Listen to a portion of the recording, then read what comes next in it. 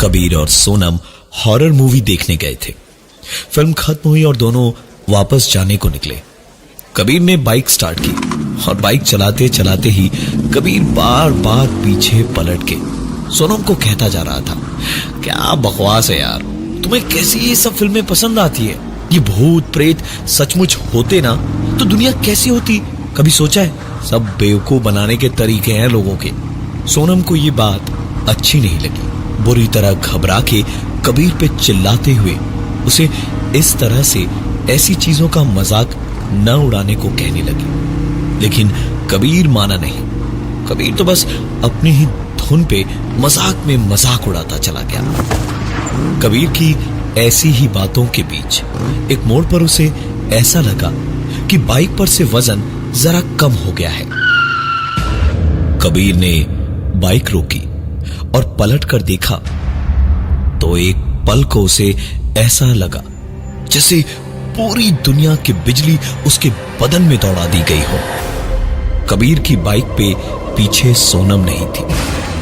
दोनों live in relationship में थे और उसको एक खरोंच भी आती तो क्या क्या होता, ये सोचने में ज्यादा मेहनत नहीं करनी पड़ी कबीर को।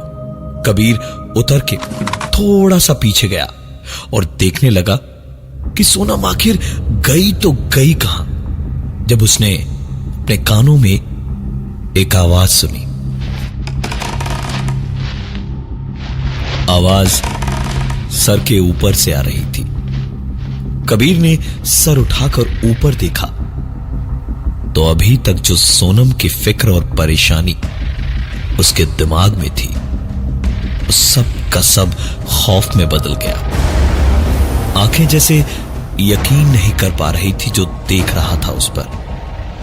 हाथ पैरों से चलना तो दूर, पूरे बदन का खून जैसे ठंडा होकर हड्डियों के ऊपर एक बर्फ की परत सी बनाए दे रहा था, क्योंकि कबीर की आंखों के सामने उसके सर के ठीक ऊपर पेड़ की एक डाली पर किसी बिल्ली की तरह हाथ पैरों से बड़ी आसानी से चलती हुई सोनम एक अजीब सी आवाज कर रही थी।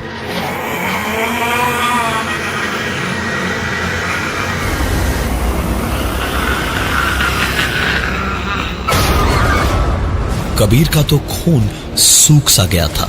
वो एकदम से वापस बाइक की ओर भागा और सीधे बाइक स्टार्ट करके वहां सोनम को अकेला छोड़कर भागा। कुछ आगे कबीर गया ही था जब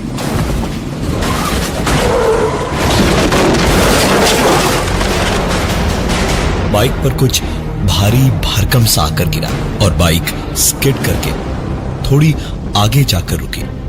कुछ देर तक कबीर बेहोश पड़ा रहा और जब होश आया तो देखा बाइक डिवाइडर तोड़ती हुई निकली थी और सोनम वहीं पास में पड़ी हुई थी।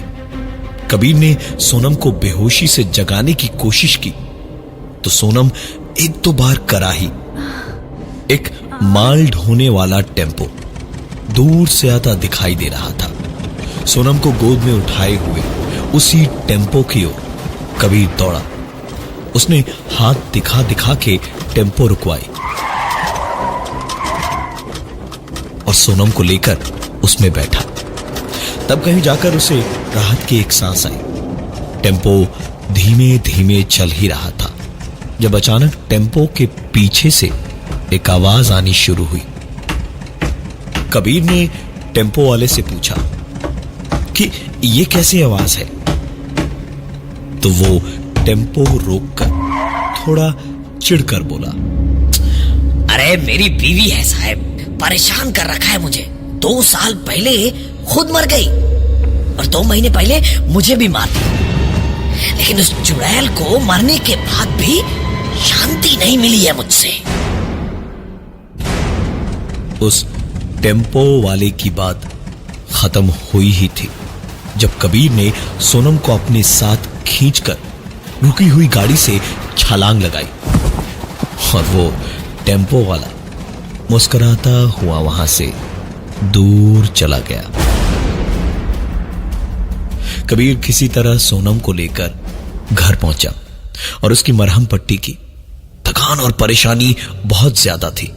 सोचा बाइक सवेरे देखने जाएगा, इसलिए सो गया।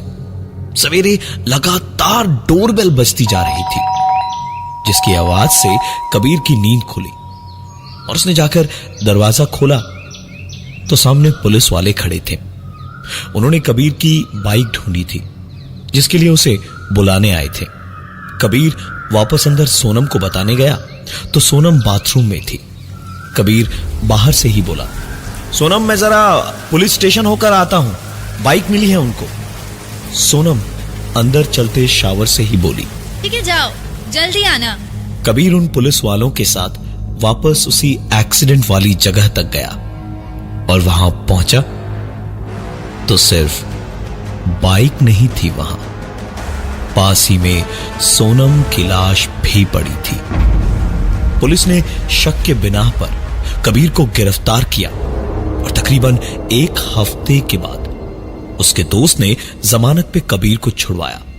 दोनों जब वापस घर की ओर जा रहे थे तो रास्ते में सड़क वही थी जहां एक्सीडेंट में सोनम की मौत हुई थी।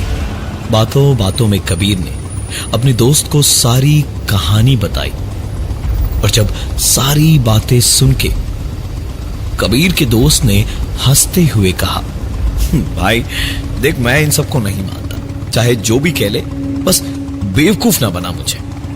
नहीं जानना मुझे क्या हुआ था उस रात और कैसे हुआ था। जब दिल करे कभी तो बता देना तसल्ली से, लेकिन ऐसे झूठ ना बोल मुझसे। कबीर ने यह सुनते ही उससे कहा, भाई यही गलती मैंने भी की थी, मत बोल ऐसे, उस रात मेरे साथ सब कुछ बर्बाद हो गया था। कबीर का दोस्त इस बात पर और तेज हंसा।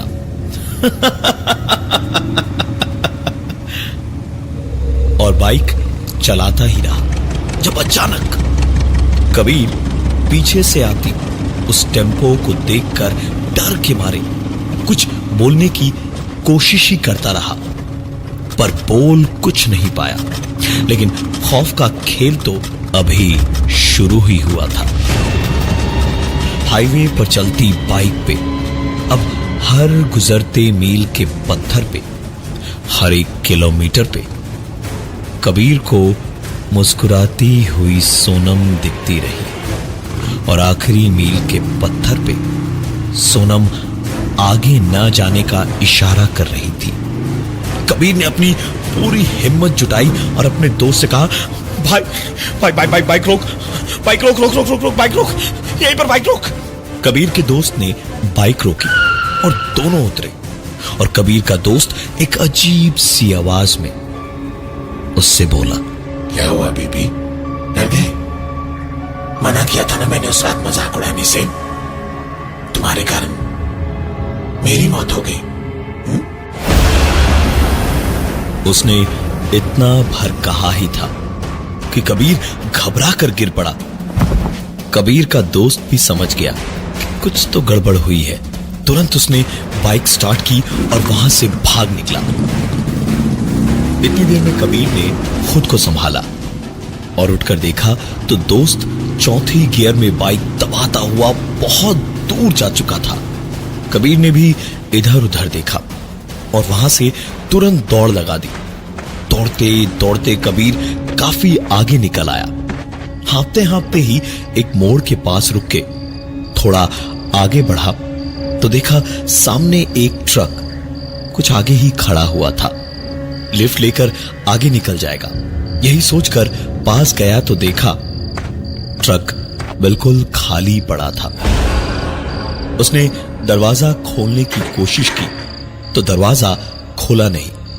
कबीर ने भी सोचा कि चढ़ के इसके ऊपर अगर बैठ जाएगा तो शायद रात के इस वक्त महफूज रहेगा।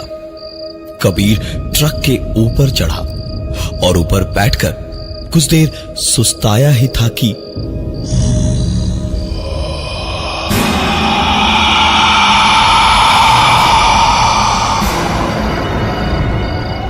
ट्रक के सामने की ओर से एक अजीब सी आवाज आने लगी। कबीर डरते हुए धीमे धीमे कोहनियों और घुटनों के बल आगे बढ़ा तो किसी ने पूरी ताकत से कबीर के पैर पकड़ के उसे पीछे की ओर खींच लिया।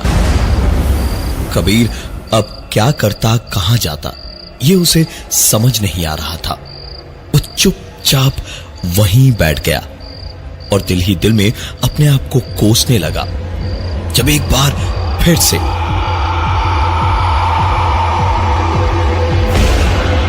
इस बार यह आवाज बिल्कुल दूसरी ओर से आई थी।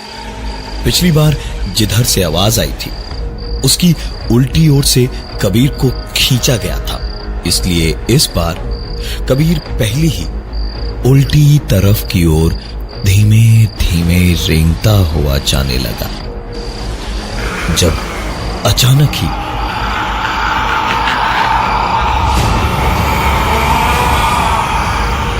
कबीर के सामने एक भयानक सा चेहरा आकर बुरी तरह चीखा और कबीर पीठ के बल ट्रक की छत पे ही गिर पड़ा।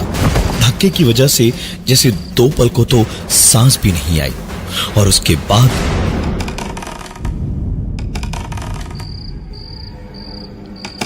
उसके ठीक ऊपर पेड़ की मोटी सी डाल पे सोनम धीमे धीमे चलती हुई आई और पैर लटका कर बैठ गई। कबीर के हाथ पांव ऐसे फूले कि वो ट्रक की छत से कूद गया और पाया कि ट्रक का दरवाजा खुला है और चाबी लगी हुई है। उसने तुरंत ट्रक स्टार्ट की और तेजी से भगा दी। ट्रक अंधेरे में अब सिर्फ अपनी हेडलाइट्स के बल पे चलती जा रही थी और जाते जाते ही अचानक दोनों हेडलाइट्स एक के बाद एक बंद हो गई और एक जोरदार आवाज हुई। ट्रक से कुछ टकराया और सीधे उछलकर बॉनेट पर आकर गिरा। रुके हुए ट्रक में बैठे कबीर की आंखों में इस वक्त डर के आंसू थे और दिल में जिंदगी की फरियाद। उसने अपने मोबाइल की लाइट ऑन की और उसी लाइट में उसने देखा कि धूल, मिट्टी और खून से सना एक चेहरा बिल्कुल सामने ही कांच से सटा हुआ है और उस चेहरे ने अपनी एक आखिरी सांस ली और हमेशा हमेशा के लिए शांत हो गया। एक्सीडेंट हुआ और किसी ने आखिरी सांस ली और हमेशा हमेशा के लिए शांत हो गया। कबीर को लग रहा था जैसे किसी ने पहाड़ से उसे एक ऐसी खाई में धक्का दिया है जहां वो सिर्फ हवा में गिरता ही जा रहा है। न जमीन ही उसे निगलने को दिखाई दे रही थी और न ही कोई चट्टान उसे बीच रास्ते में टुकड़ों में बांटने को आ रही थी। कबीर अपनी बदकिस्मती पे माथा पीट रहा था जब उसकी बदकिस्मती और बुरी हो गई। पुलिस की एक वैन उधर से गश्त लगाती हुई निकली और उसके सामने आकर रुकी। सामने एक ट्रक, एक डरा हुआ कबीर और एक लाश। पुलिस ने कबीर को उठाया और अपनी वैन में डाला, पीछे से दरवाजा बंद किया और पुलिस स्टेशन की ओर चल पड़े। रास्ते में जाते जाते अचानक गाड़ी रुकी, लेकिन फिर तकरीबन 20 मिनट इंतजार करने के बाद भी जब गाड़ी चली नहीं, कबीर ने गाड़ी के कोने में बैठे बैठे साफ साफ सुना कि वैन के दरवाजे के बाहर लगे ताले को किसी ने खोला और फिर दरवाजा खोला, लेकिन कोई भी अंधेरे में दिखाई नहीं। कबीर चुपचाप बैठा रहा कि भागा तो कहीं बाहर निकलते ही गोली न मार दे। कबीर बैठा ही हुआ था किनारे एक कोने में जब वैन का लोहे का फर्श धीमे धीमे ऐसे झुकने और हिलने लगा जैसे कोई था जो रेंगता हुआ उसी की ओर आ रहा हो। दिखाई उसे कुछ नहीं दे रहा था, अंधेरा तो था ही। कबीर जोर जोर से ड्राइवर के पीछे बनी इस तरफ देखने की खिड़की को थपथपाने लगा। उसके खिड़की को थपथपाना शुरू करते ही ऐसा लगा जैसे कोई उस गाड़ी में बैठ के ही उछला और कबीर के अंदर समा गया। कबीर को ऐसा लगा जैसे वो नींद या बेहोशी से जागा, क्योंकि कबीर अभी भी वही ट्रक चला रहा था। सामने का शीशा टूटा हुआ था, अंधेरा चारों ओर था। कबीर ट्रक लेकर तेजी से आगे बढ़ रहा था जब अचानक कबीर ने रियर व्यू मिरर में ही देखा तो ट्रक में पीछे सोनम हाथ हिलाकर उसे अलविदा कह रही थी। कबीर ने ब्रेक्स लगाने की बहुत कोशिश की, लेकिन ट्रक रुकी नहीं और कुछ आगे जाकर